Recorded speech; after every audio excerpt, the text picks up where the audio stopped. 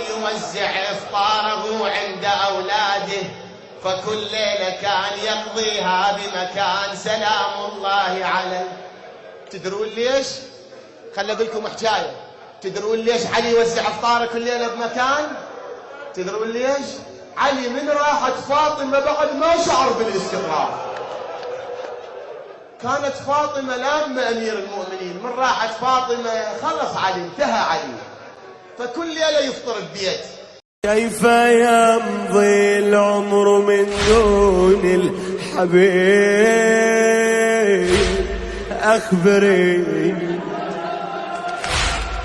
أو ترضين بأن أمسي غريب؟